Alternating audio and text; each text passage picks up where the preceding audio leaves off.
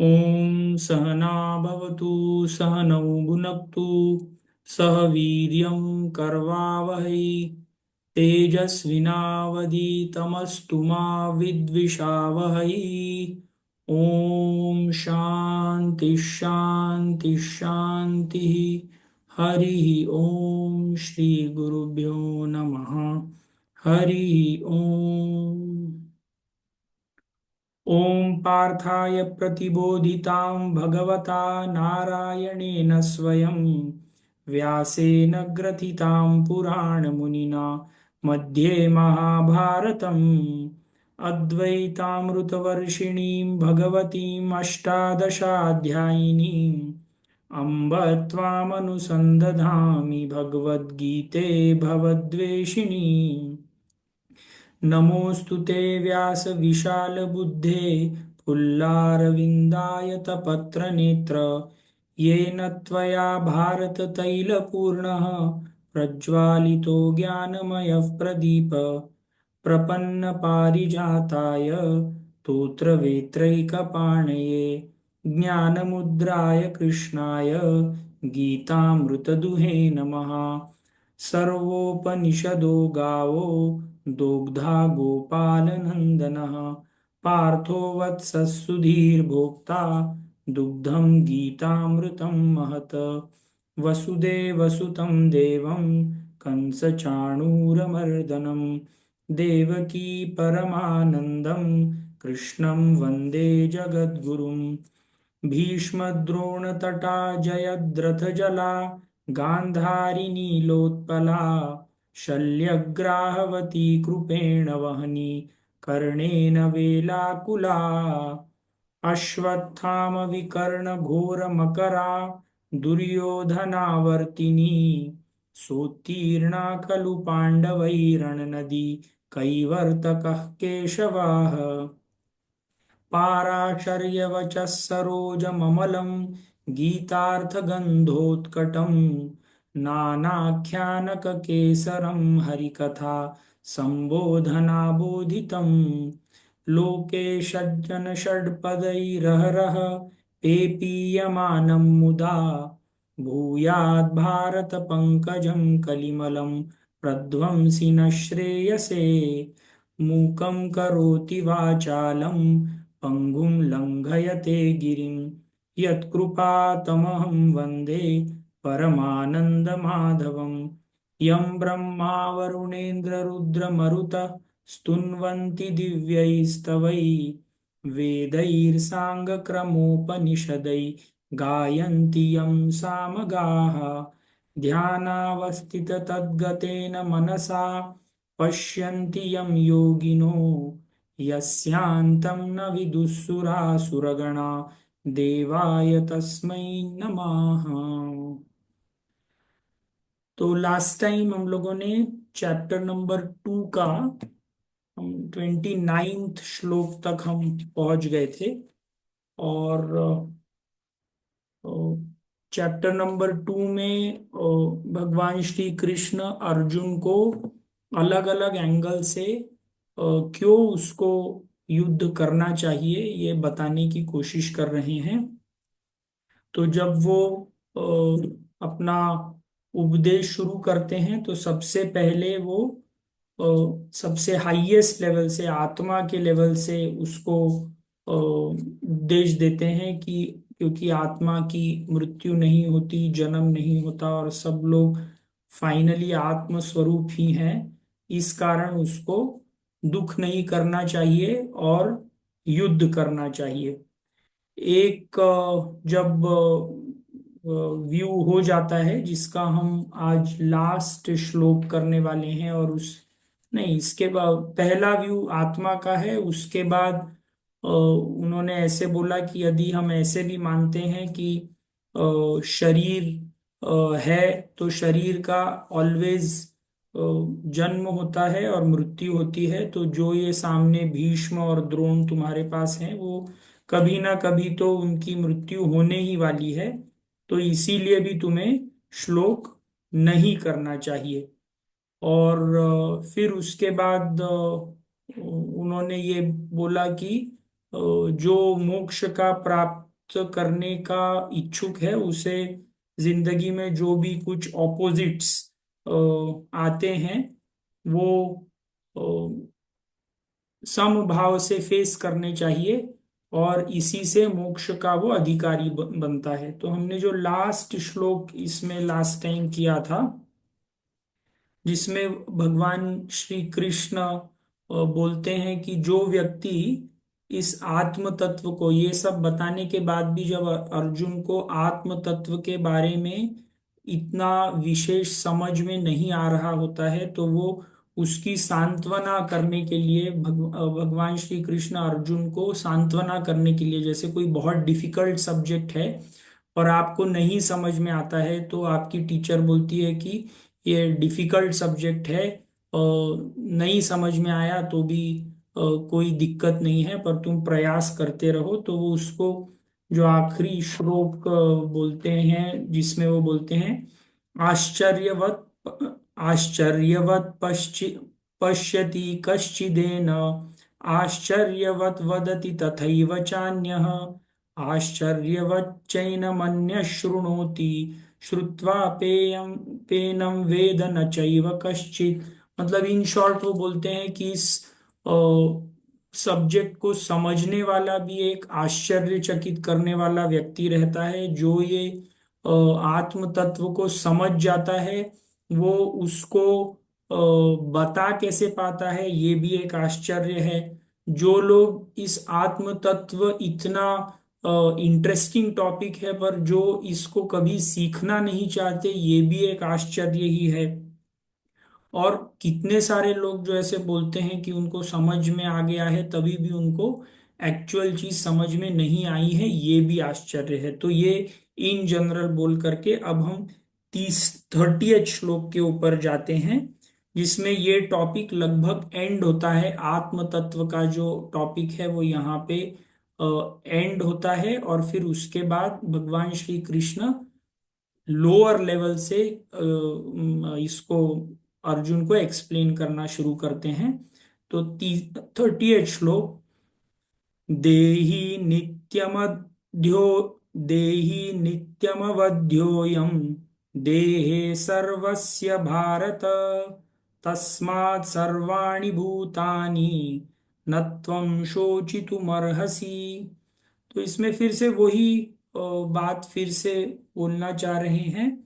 देही नित्यम, मतलब देही मतलब जो इस देह में रहने वाला, इन शॉर्ट वो जो सटल बॉडी बोलना चाहते हैं, चित्त मन बुद्धि और अहंकार, ये जो इस शरीर में रह रहा है ये अवध्य है। अवध्य मतलब इसका वध नहीं किया जा सकता। और ये जो सटल बॉडी है या जो देही है, वो इस शरीर से, एक शरीर से दूसरे शरीर में जाता है। तो इसीलिए यदि तुम, अगर शरीर का अंत होता भी है तो भी ये जो देही है, चित्त मन बुद्धि और अहंकार, इसका अंत नहीं होता है। इसीलिए तुम युद्ध करो, और यदि किसी की इसमें मृत्यु हो रही है तो एक्चुअली सिर्फ शरीर की मृत्यु हो रही है, उसमें रहने वाली देही या सटल बॉडी की मृत्यु नहीं हो रही है। तो इसीलिए तुमको शोक नहीं करना चाहिए और हमको युद्ध करना चाहिए। यदि आप इस पूरे चैप्टर में देखेंगे, जो हम लोगों को एक चीज सीखने वाली बात लगती है कि भगवान श्री कृष्ण ने एक ही टॉपिक को अलग अलग लेवल से एक्सप्लेन करने की कोशिश की है।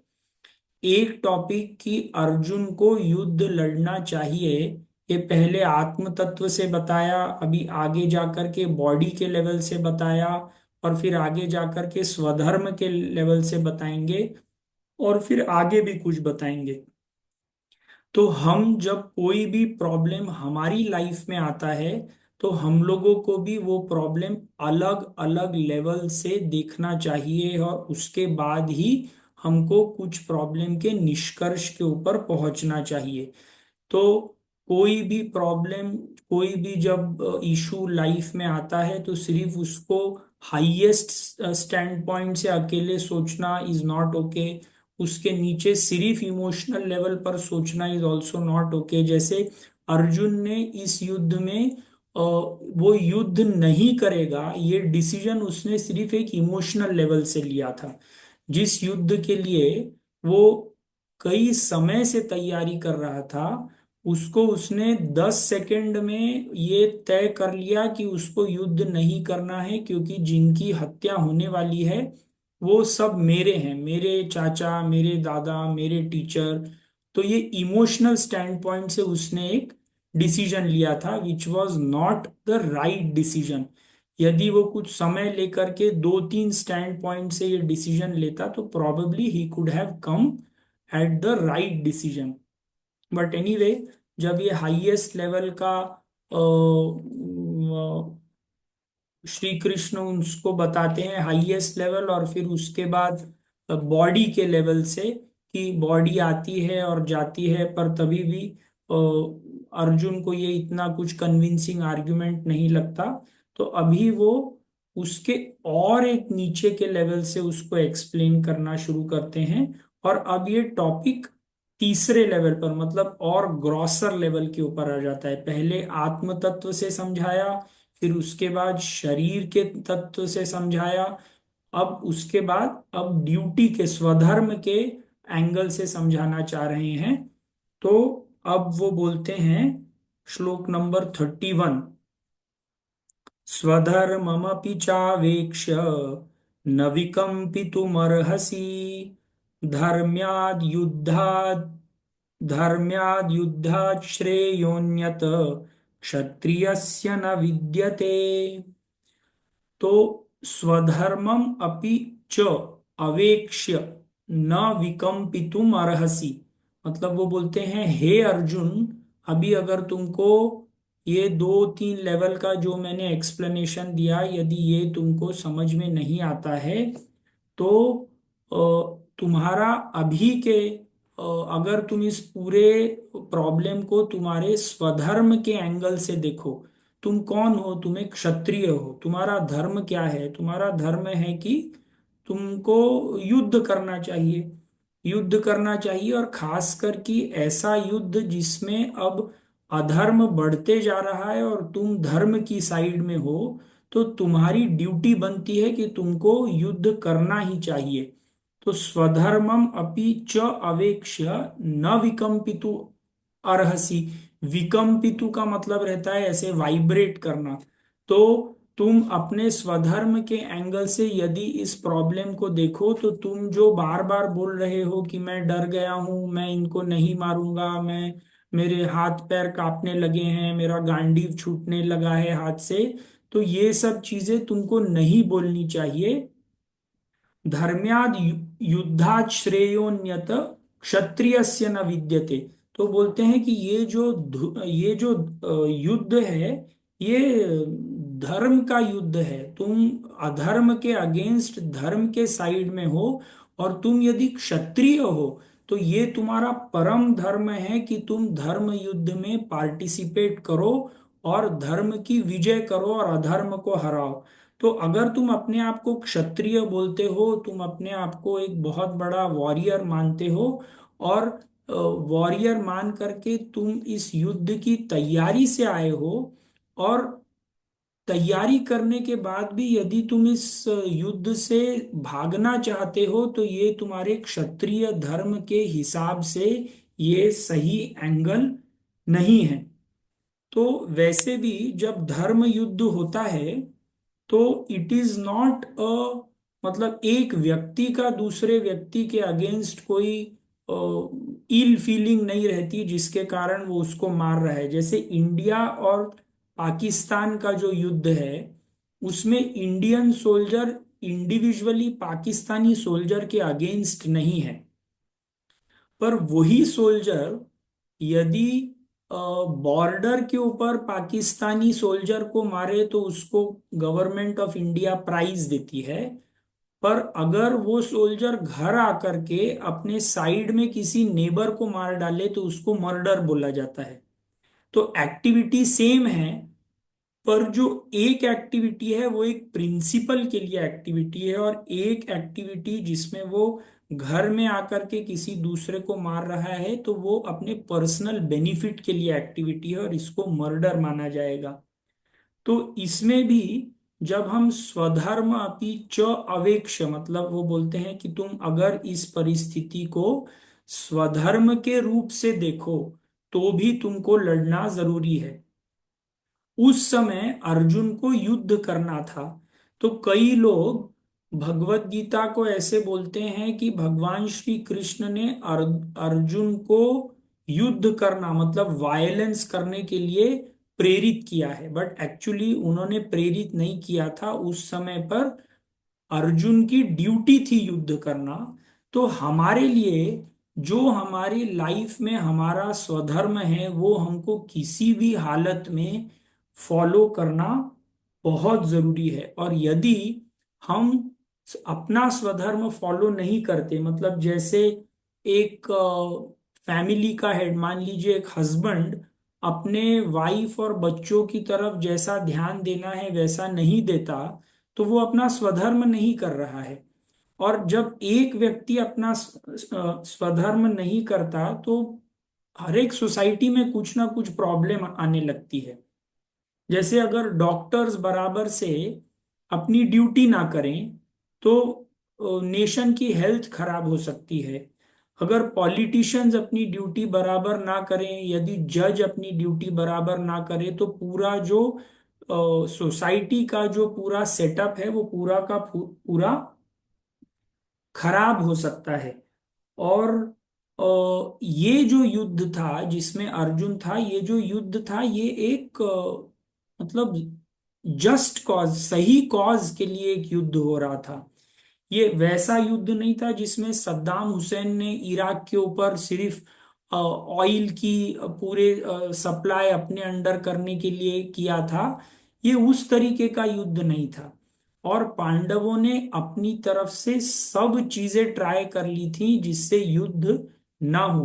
भगवान श्री कृष्ण को उन्होंने दूत के रूप में भी वहां पे भेजा था कि किसी भी हालत में यदि हम युद्ध पोस्टपोन कर सकते हैं या युद्ध अवॉइड कर सकते हैं तो हमको करना चाहिए। तो ये युद्ध पांडवों ने शुरू नहीं किया था। तो वो यही भगवान श्री कृष्ण अर्जुन को यही बताना चाह रहे हैं कि इस परिस्थिति में यदि तुम इस युद्ध से चले जाते हो तो ये तुम्हारे स्वधर्म के अगेंस्ट होगा। और इस समय तुम्हारा स्वधर्म ये है कि तुम क्षत्रिय हो और ये धर्म युद्ध है, तुम धर्म की साइड में हो, इसीलिए तुमको ये युद्ध किसी भी हालत में करना ही चाहिए। कई बार जब हम कोई एक्टिविटी कर रहे हैं तो उस एक्टिविटी करने में हमको वो एक्टिविटी सही है या गलत है ये बहुत इजीली पता नहीं चलता।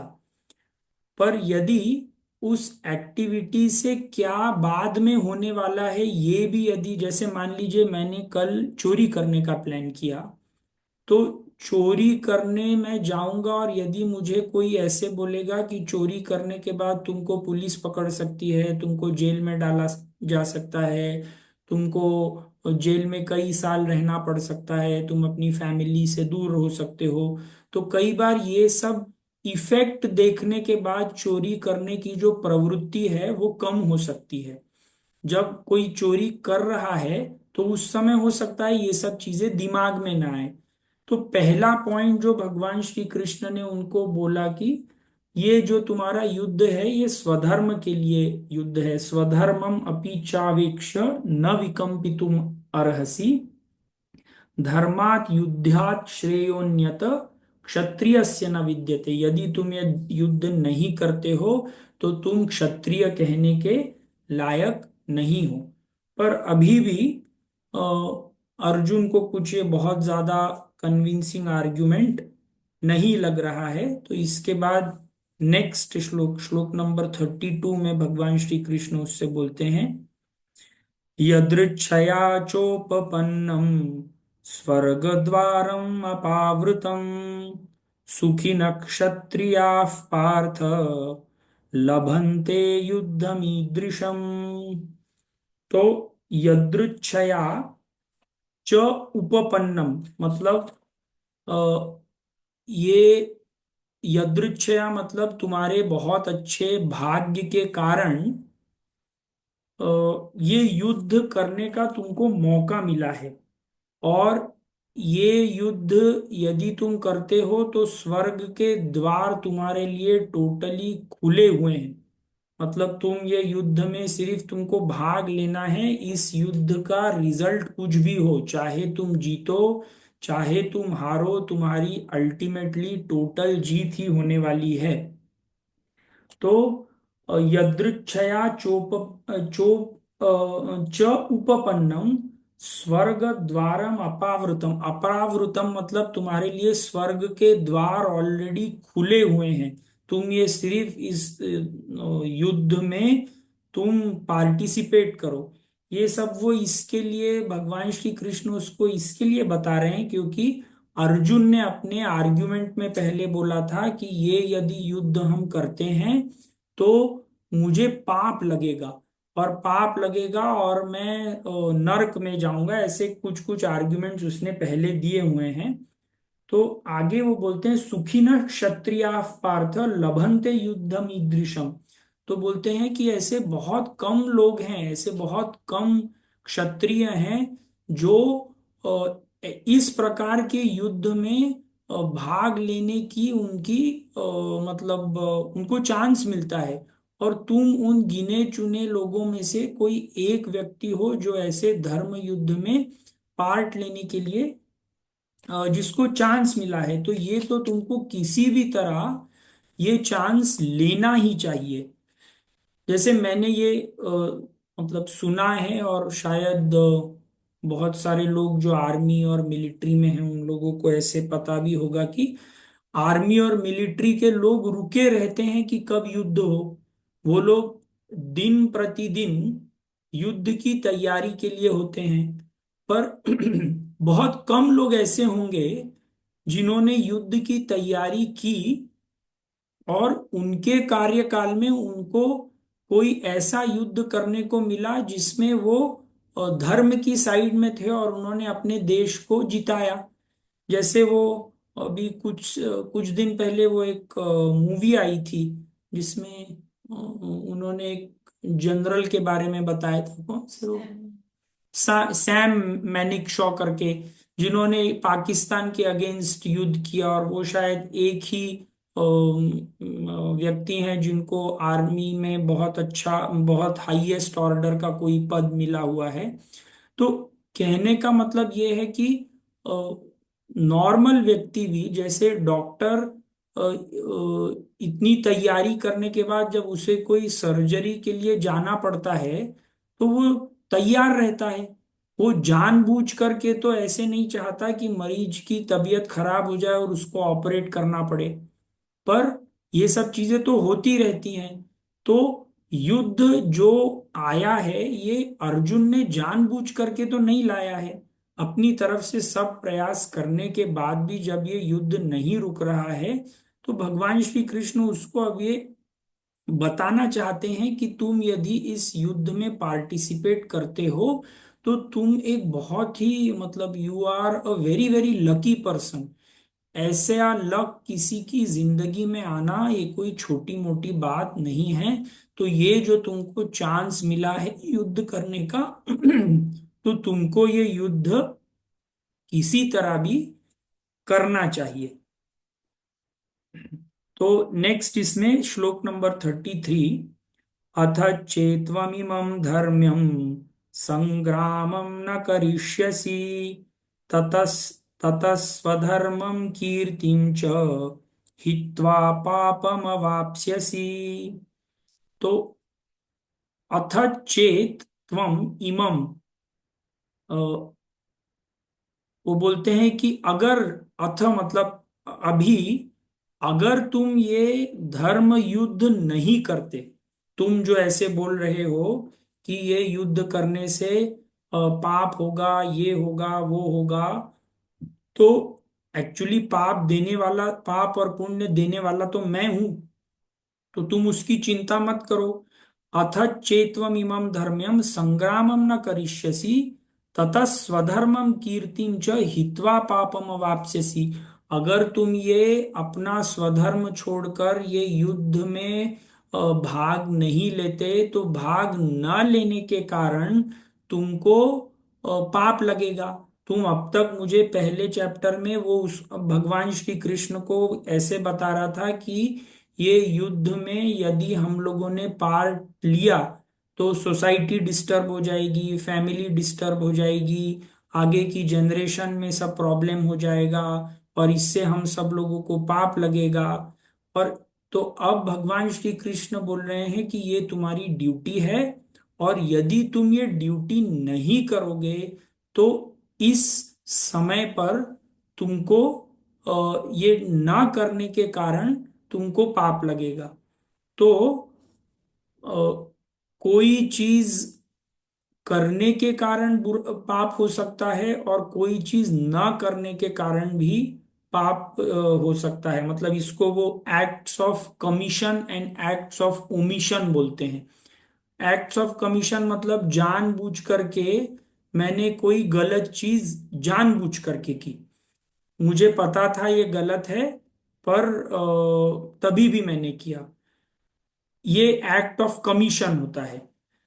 एक्ट ऑफ ओमिशन है जैसे मान लीजिए आप कहीं से जा रहे थे और वहां पे किसी का एक्सीडेंट हो गया और आपको लगा कि उस जिस व्यक्ति का एक्सीडेंट हुआ है उसको अपने को उठा करके हॉस्पिटल लेकर के जाना चाहिए। पर आपने सोचा कि अभी 2 मिनट में कोई और जब तक नहीं आता तब तक मैं रुकूंगा, और उस समय तक मे बी उस व्यक्ति की डेथ हो जाती है। तो this is an act of omission. जो मुझे करना चाहिए था वो मैंने नहीं किया, और एक्ट ऑफ कमीशन जो मुझे नहीं करना चाहिए था वो मैंने किया। तो इसमें भगवान श्री कृष्ण अर्जुन को बोलते हैं कि यदि अथ चेत्वमिमं धर्म्यम संग्रामम न करिष्यसि ततः स्वधर्मम कीर्तिम च हित्वा पापम वाप्स्यसि। तुम अपने स्वधर्म की जो कीर्ति है उसको हित्वा मतलब उसको तुम मतलब उसकी हानि करोगे, और इस हानि के कारण तुम पाप के अधिकारी बन जाओगे।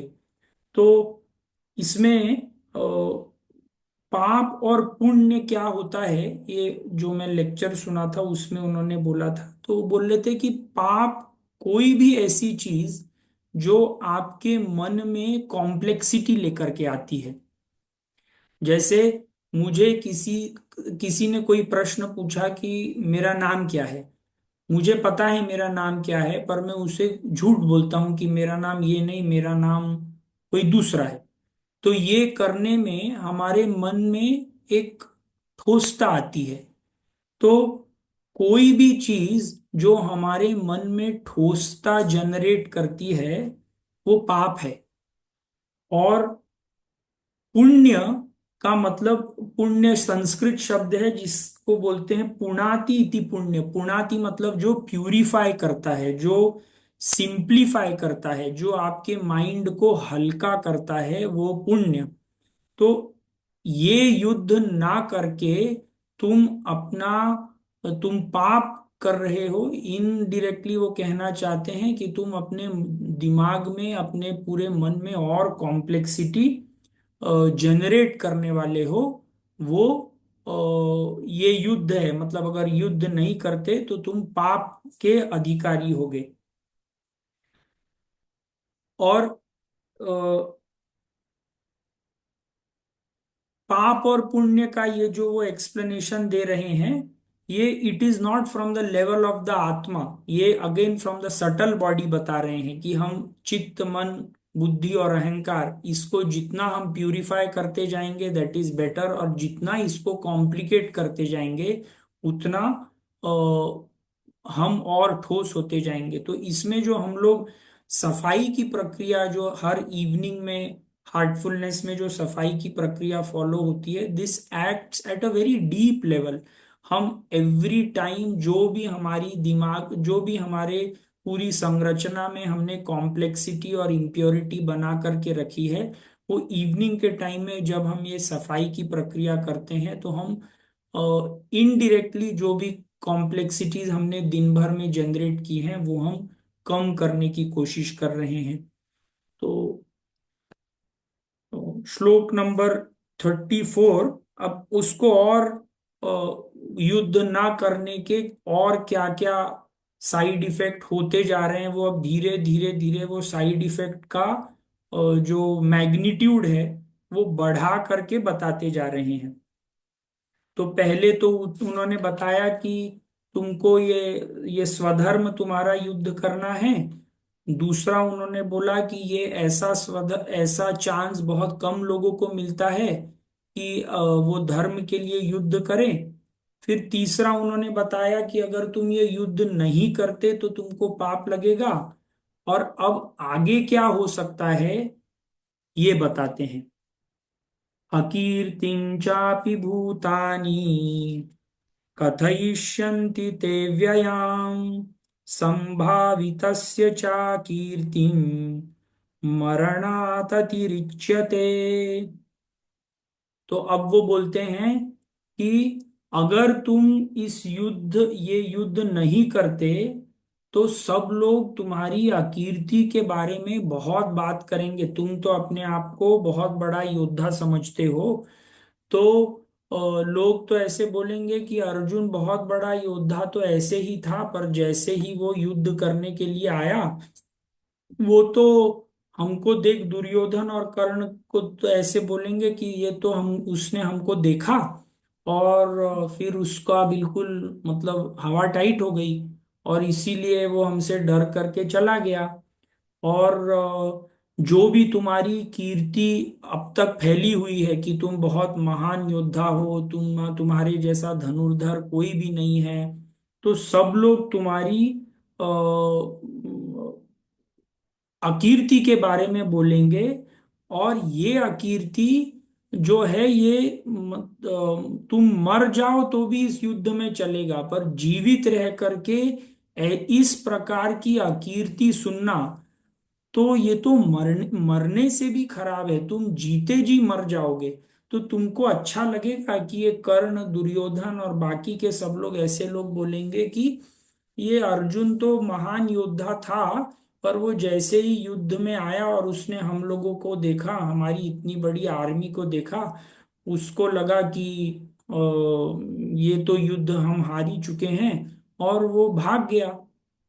तो ये जो सब श्रेष्ठ जन हैं वो तुम्हारे बारे में ऐसी बातें बोलेंगे।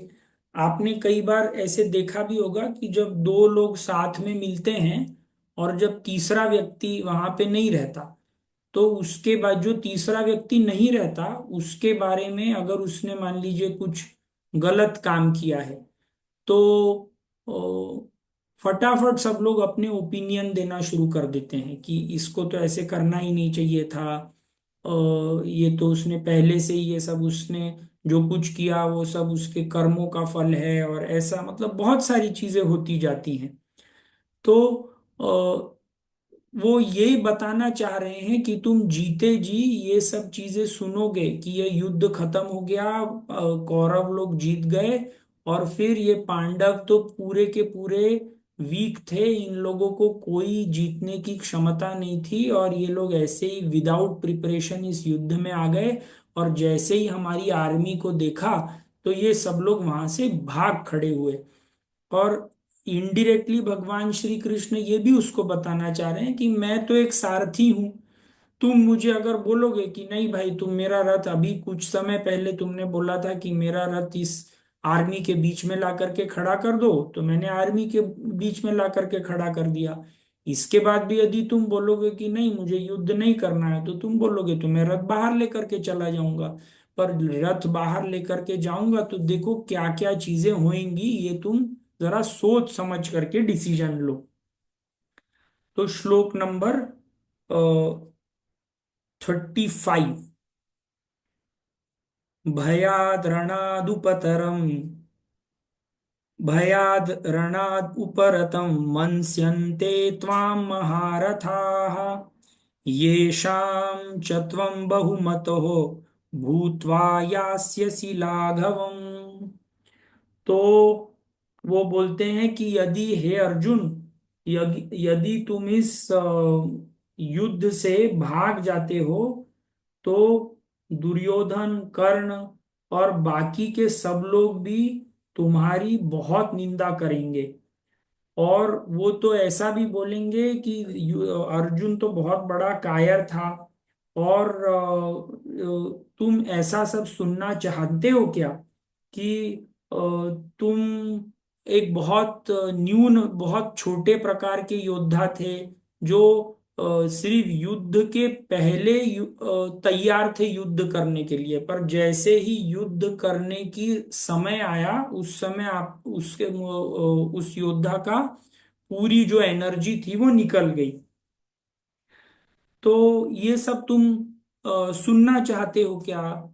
तो नेक्स्ट, अब ये जो नेक्स्ट इसमें बोलते हैं, ये तो दो जो स्टेटमेंट बोले थे, ये उसने मतलब हायर लोगों के कि अर्जुन, ये कर्ण, उसके बाद दुर्योधन और बाकी के सब लोग क्या बोलेंगे। फिर नेक्स्ट लेवल पर आते हैं नीचे, तो बोलते हैं अवांच वादांश बहून वदिशन्ति तवाहिताः निन्दन्तस्तव सामर्थ्यं ततो दुःखतरं नु किम्। तो अवाच्य वादांश बहून, अवांच वादांश मतलब जो शब्द बोले जाने के योग्य नहीं है। अवाच्य वादांच बहून वदिशन्ति तव अहिता।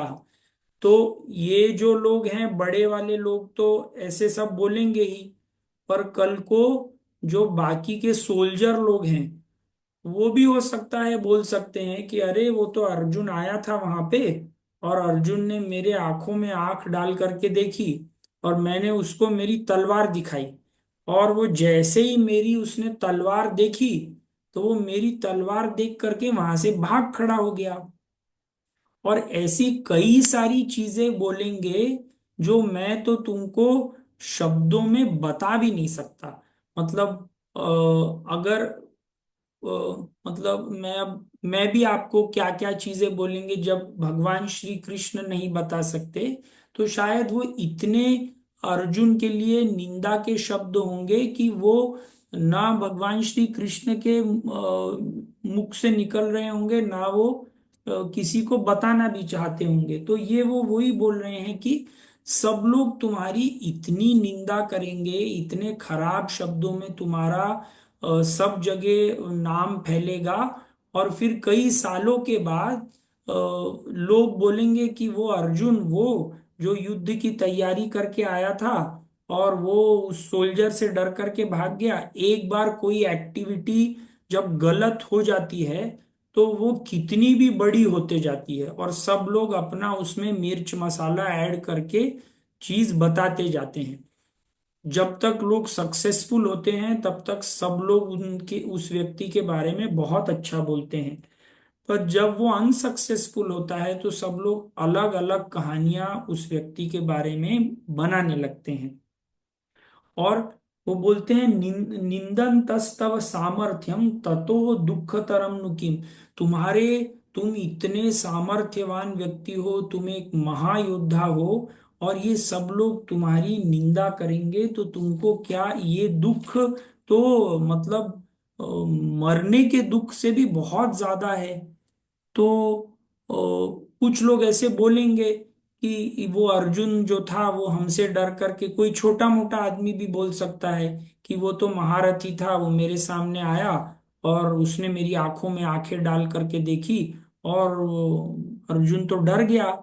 और ये सब लोग, बाकी के सब लोग तुम्हारे इन सब लोगों की कहानियों के ऊपर विश्वास करेंगे। तो तुमको क्या ऐसी जिंदगी चाहिए जिसमें तुम सिर्फ मतलब शेम, पूरा निंदा वाली जिंदगी जियोगे? क्या तुमको ऐसी जिंदगी चाहिए? अर्जुन अभी सुन रहा है, और अभी नेक्स्ट इसमें हतो वा प्राप्स्यसि स्वर्गम जित्वा वा भोक्ष्यसे महीम् तस्मादुत्तिष्ठ कौन्तेय युद्धाय कृतनिश्चयः। तो अब वो उसे बोलते हैं हतः वा प्राप्स्यसि स्वर्गम, हतः मतलब अगर उसकी डेथ हो जाती है, हतः अगर तुम्हारी मान लो इस धर्म युद्ध में मृत्यु हो जाती है तो भी तुमको स्वर्ग प्राप्त होगा, क्योंकि तुम धर्म के साइड में थे और धर्म के लिए युद्ध करते हुए तुमने अपने शरीर का बलिदान किया, तो तुमको एनी विच वे स्वर्ग प्राप्त हो ही जाएगा। मान लो तुम इस युद्ध में तुम्हारी डेथ नहीं होती, तुम जीत जाते हो, तो जित्वा जित्वा वा भोक्ष्यसे महीम, अगर तुम जीत जाते हो तो तुमको तो इस पूरी पूरी धरती का राज्य मिल जाएगा, और पूरी धरती का राज्य मिल जाएगा और तुम सब सुख और लाभ उपभोग करोगे।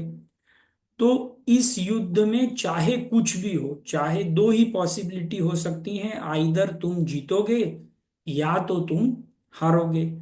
अगर तुम जीते तो तुम बचे रहोगे, अगर तुम हारे तो तुम्हारी मृत्यु हो जाएगी। दोनों परिस्थिति में तुम जो कुछ भी, चाहे जीतो चाहे हारो, तुम्हारे लिए ये एक विन विन सिचुएशन है, मतलब जीतो तो भी तुम जीत ही जाओगे और हारो तो भी तुमको स्वर्ग की प्राप्ति हो ही जाएगी। तुम जिस युद्ध से भागने का सोच रहे हो उससे ना भाग करके, उसमें पार्टिसिपेट करके तुमको स्वर्ग एनी विच वेज, चाहे तुम जियो चाहे तुम हारो, तुम स्वर्ग के और सुख के ही अधिकारी होने वाले हो। इसीलिए तस्माद उत्तिष्ठ कौन्तेय युद्धाय कृत निश्चय, इसीलिए हे अर्जुन उठो और ऐसे निश्चय से तुम युद्ध करने का, अपना जो युद्ध ना करने का जो तुमने दिमाग में अपना प्लान बना करके रखा है, उस प्लान को त्याग करो और युद्ध करना शुरू करो। तो अभी इस श्लोक नंबर 31 से लेकर के श्लोक नंबर 30 37 तक उन्होंने स्वधर्म की दृष्टि से क्यों उसको लड़ना चाहिए, अगर मान लीजिए वो स्वधर्म की, अपना स्वधर्म छोड़ करके वो ये धर्म युद्ध नहीं करता तो क्या क्या प्रॉब्लम आ सकते हैं, उसके बारे में लोग कुछ बोलेंगे, उसकी बहुत निंदा होगी। ये धर्म युद्ध में यदि वो पार्टिसिपेट नहीं करता तो वो पाप उसको लगेगा, ये सब चीजें एक्सप्लेन करते हैं।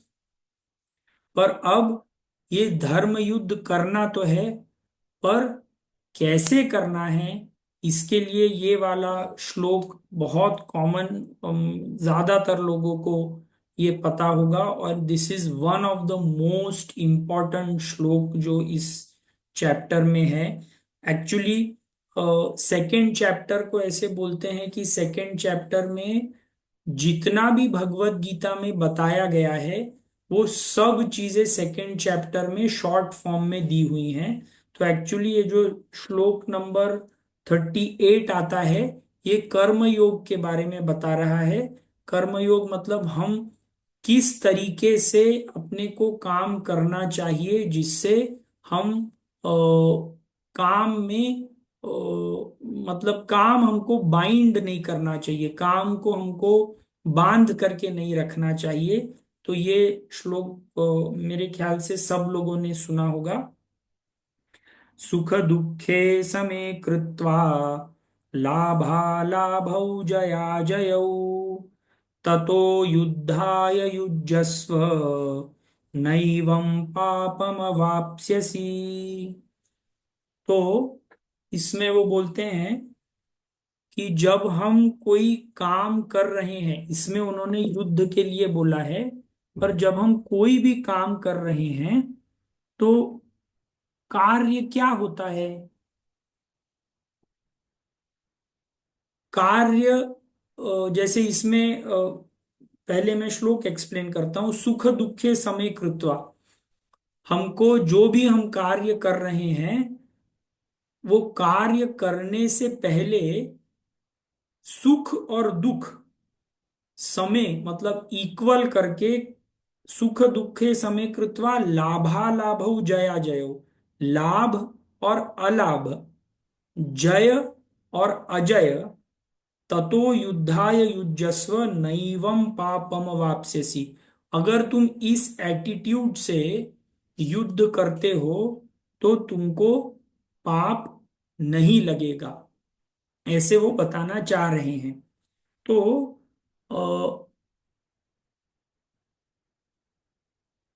अगर इसमें मैं आपको एक एग्जांपल दूं कि अ, ये कार्य शुरू होने के पहले बोल रहे हैं कि हमको सुख और दुख समय मतलब इक्वल करके काम करना चाहिए।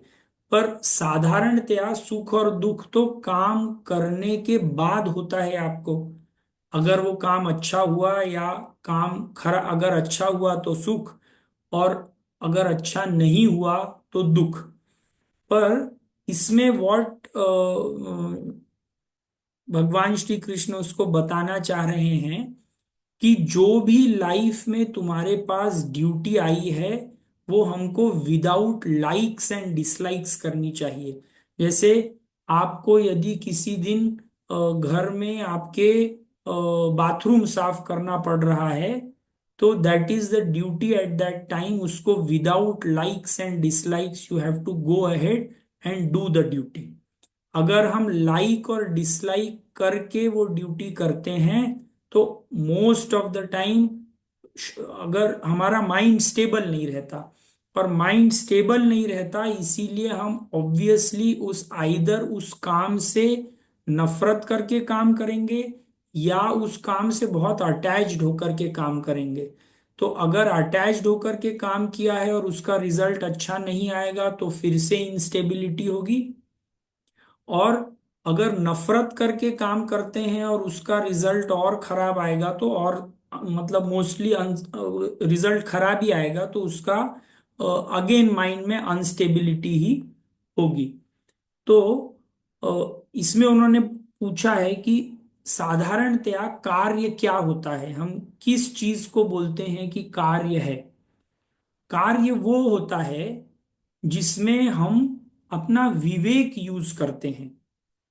अगर हम बिना विवेक के कुछ काम करते हैं तो वो कार्य नहीं होता। जैसे एक एग्जाम्पल यदि दें, मान लीजिए एक रोड के ऊपर कोई एक व्यक्ति जा रही है, कोई एक ब्यूटीफुल सी लड़की जा रही है। तो कोई एक व्यक्ति जो वहां पे जा रहा होगा उससे उस लड़की को देख करके सीटी मारने का मन करता होगा और कोई लोग सीटी मारते भी होंगे।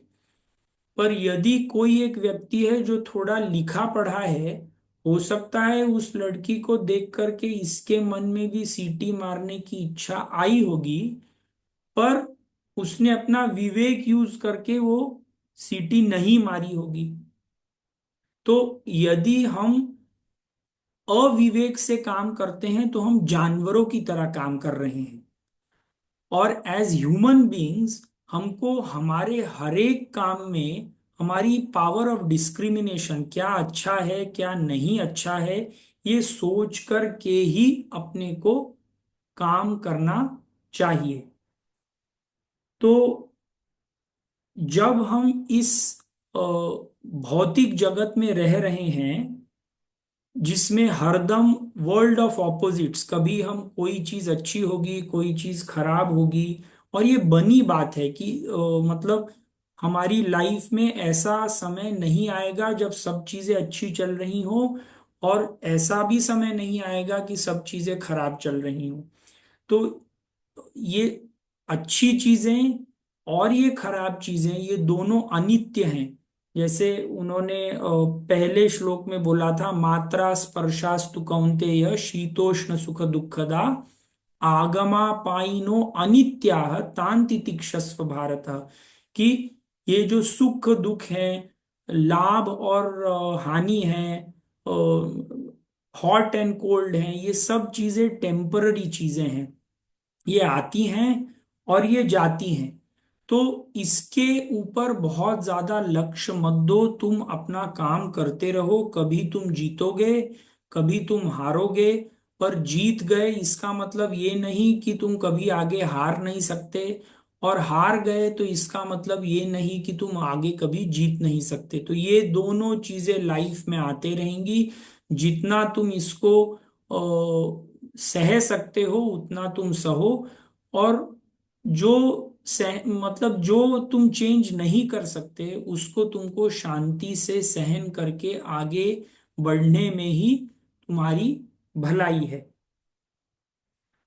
दूसरा वो बोलते हैं कि जब हम कोई रिजल्ट के ऊपर फोकस कर रहे हैं, सुख दुखे समय कृत्वा लाभा लाभौ जया जयो, जैसे मैं कुछ काम कर रहा हूं और मेरा अभी से मन उस काम के रिजल्ट के ऊपर है, तो जो मेरा माइंड की कैपेसिटी है वो आधी कैपेसिटी मेरे काम के ऊपर है और आधी कैपेसिटी मेरे रिजल्ट के ऊपर है। मतलब मैं अपने पूरे मन से ये काम नहीं कर रहा हूं। तो again when you are thinking while doing the activity, हमारा मन सिर्फ उस एक्टिविटी के ऊपर होना चाहिए, ना कि उसके रिजल्ट के ऊपर। तो एक्चुअली व्हाट हम इसमें बात कर रहे हैं कि हम जो भी काम कर रहे हैं वो विदाउट हमारी लाइक्स एंड डिसलाइक्स होना चाहिए। जो हमको सही, एक बार सही लगता है कि ये चीज जो मैंने सोची है वो सही है, तो उसमें चाहे मुझे हार मिले चाहे मुझे जीत मिले, मुझे मेरा काम करते जाना चाहिए। जस्ट एक बहुत छोटा सा एग्जाम्पल, जब से ये भगवत गीता के चैप हम लोगों ने लेक्चर स्टार्ट किया है, लेक्चर मतलब मैं अपना जब से रिवाइज कर रहा हूँ, कई बार ऐसे होता है कि 5 लोग या 10 लोग रहते हैं, कई बार ऐसे होता है कि 15-20 लोग रहते हैं। तो यदि मैं ये सोच करके ये क्लास करने लगूं कि 20, अगर 1000 लोग होंगे तो ही मैं ये रिवाइज करूंगा, और यदि 5 लोग होंगे तो मैं ये चीजें रिवाइज नहीं करूंगा, तो शायद ये कभी भी लेक्चर सीरीज कंप्लीट ही नहीं होगी। तो माय एज मेरा काम है कि जो भी मैंने पढ़ा है वो मैं अपने लिए रिवाइज करूं, जितने लोगों को शेयर, जितने लोग आए दे आर वेलकम, जितने लोग नहीं आए that also does not change my effort into what I am doing. तो हम जब लोग कहीं पे सेशन लेने के लिए जाते हैं और सेशन में मान लीजिए एक्सपेक्टेड थे 10 लोग और उसमें आते हैं सिर्फ 2, तो हमारा एफर्ट उसमें कम नहीं होना चाहिए कि अब 2 लोग आए हैं तो हम उसको आधा अधूरा करके ही वापस आ जाएं। और अगर मान लीजिए 50, एक्सपेक्टेड 10 थे और आ गए 50, तो हमको उसमें ज्यादा एफर्ट डालना चाहिए। हमारा 100% effort should be going in everything what we do, whether one person is there, whether 1000 persons are there, or whether no person is there। तो वो बोलते हैं कि हमको जो भी काम करना चाहिए वो हमारी इंस्टिंक्ट्स के कारण, इंस्टिंक्ट्स मतलब जो जानवर रहते हैं वो इंस्टिंक्ट के कारण काम, इंस्टिंक्ट मतलब जो उनमें, जैसे आप गाय के सामने यदि घास रख दो तो वो जाकर के खा ही लेगी, उसको उसमें बहुत विवेक शक्ति लगाने की जरूरत नहीं पड़ती। तो हमको जो काम आता है वो हमको इंस्टिंक्ट्स के हिसाब से नहीं करना चाहिए, हमको सोच समझ करके जो भी सही काम है वो सदैव करते रहना चाहिए। कई बार ऐसे होगा कि आप जो कर रहे हैं उसमें आपको जीत मिलेगी, तो और जो आपके ऑपोजिट साइड में है, ओपोनेंट है, या मान लीजिए आपने कुछ प्लान किया, आपको प्रमोशन मिलना था और किसी कारणवश आपको प्रमोशन नहीं मिला, तो कभी कभी ऐसा होगा कि दूसरे लोगों की जीत होगी और कभी कभी ऐसा होगा कि आपकी जीत होगी। तो जब आप जीत जाते हैं तो दूसरे वाले को बोलना चाहिए कि बेटर लक नेक्स्ट टाइम, इस बार नहीं जीत पाए, नेक्स्ट टाइम बेटर ट्राई करना। और जब हम लोग ट्राई करते हैं और हम हार जाते हैं, तो कई बार वो स्पोर्ट्स में बोलते हैं we we had a good shot, मतलब मैंने कोशिश तो बहुत अच्छी की थी पर नहीं जमा शॉट, तो दैट इज ओके। तो हमको जीत और हार से बहुत ज्यादा चिंता करके हमारी एक्टिविटी को बंद या चेंज नहीं करना चाहिए। और इसका जो एक फाइनल मैसेज है कि हमारे बाहर जो कुछ भी चल रहा है उसको हमारे मन के अंदर की जो बहुत एक प्राइवेट स्पेस है उस जगह पर बाहरी चीजों को एंट्री नहीं देनी चाहिए। तो ये सुख दुखे समे कृत्वा लाभा लाभौ जया जयौ ततो युद्धाय युज्यस्व नैवं पापम पापम वाप्स्यसि। तो यदि तुम इस एटीट्यूड से काम करोगे तो कभी भी तुमको पाप और पुण्य के बारे में सोचने की जरूरत नहीं है। तुम हरदम जो कुछ करोगे वो तुम सही ही करोगे, ऐसे भगवान श्री कृष्ण उसको बताना चाहते हैं। तो अब तक उन्होंने जो कुछ एक्सप्लेन किया वो अलग अलग लेवल से एक्सप्लेन किया, कैसे करना है कैसे करना है कैसे करना है। और अब ये करने के लिए मन की परिस्थिति कैसी होनी चाहिए, उसका जो इक्विपमेंट है, उसका जो साधन है वो कर्म योग में बता रहे हैं। इस श्लोक को बहुत डिटेल में नेक्स्ट चैप्टर में, कर्म योग के चैप्टर में, ये पूरा इस श्लोक के ऊपर पूरा नेक्स्ट चैप्टर उन्होंने बेस किया हुआ है जो हम आगे के इसमें पढ़ेंगे। 1 मिनट बाकी है तो अब हम शांति पाठ बोलते हैं and then we will finish. ओम पूर्णमदः पूर्णमिदं पूर्णात् पूर्णमुदच्यते पूर्णस्य पूर्णमादाय पूर्णमेवावशिष्यते। ओम शांति शांति शांति। हरि ओम श्री गुरुभ्यो नमः। हरि ओम।